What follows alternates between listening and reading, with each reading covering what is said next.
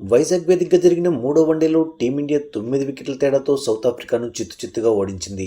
ఈ మ్యాచ్లో team India bowlers Prasidh Krishna, Kuldeep Yadav బౌలింగ్లో చెలరేగిపోవడంతో సౌత్ ఆఫ్రికా ఫస్ట్ బ్యాటింగ్ చేసి 270 పరుగులకే ఆలౌట్ అయింది.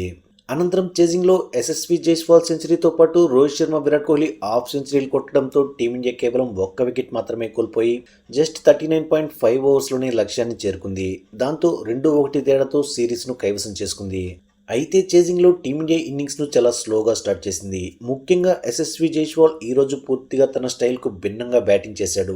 ఏమాత్రం తొందరపడకుండా చాలా స్లో అండ్ స్టడీగా బ్యాటింగ్ చేశాడు.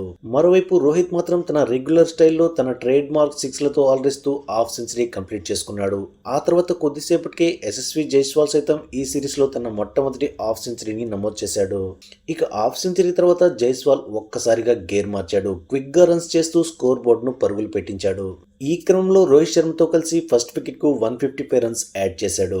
ఈ సమయంలో రోహిత్ కేశవ్ మహారాజ్ బౌలింగ్లో స్వీప్ షాట్ ఆడేందుకు ప్రయత్నించి అవుట్ అయ్యాడు.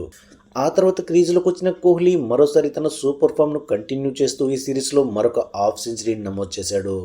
మరోవైపు జైస్వాల్ తన వన్డే కెరియర్లో మొట్టమొదటి సెంచరీని నమోదు చేశాడు. దాంతో టీమిండియా చాలా ఈజీగా విజయం సాధించింది.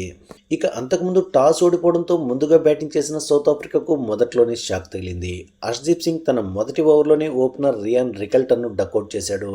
కానీ ఆ తర్వాతే టీమిండియాకు అసలైన సవాల్ ఎదురైంది. ఈ సమయంలో క్రీజులోకి వచ్చిన కెప్టెన్ టెంబా బౌమా మరో ఓపెనర్ డీకాక్తో కలిసి సెకండ్ వికెట్కు 100+ రన్స్ యాడ్ చేశాడు. ఈ సమయంలో రవీంద్ర జడేజా ఈ పార్ట్నర్షిప్ను బ్రేక్ చేశాడు. టెంబా బౌమాను అవుట్ చేశాడు. దాంతో సౌత్ ఆఫ్రికా సెకండ్ వికెట్ కోల్పోయింది. ఈ సమయంలో క్రీజులోకి వచ్చిన బ్రిజ్కి డీకాక్కు మంచి సపోర్ట్ అందించాడు. ఈ ఇద్దరు కలిసి సౌత్ ఆఫ్రికాను భారీ స్కోర్ తీసుకెళ్లడానికి ప్రయత్నించారు.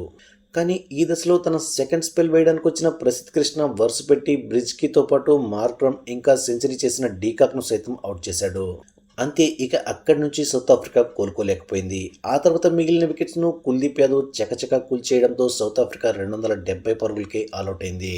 ఒక దశలో 168కి 2 వికెట్లతో చాలా స్ట్రాంగ్గా కనిపించిన సౌత్ ఆఫ్రికా మరో 100 పరుగులు మాత్రమే యాడ్ చేసి మిగిలిన వికెట్స్ను కోల్పోయింది. ముఖ్యంగా ఈ మ్యాచ్లో టీమిండియా బౌలర్స్ కంబ్యాక్ చేసిన విధానం అదిరిపోయింది.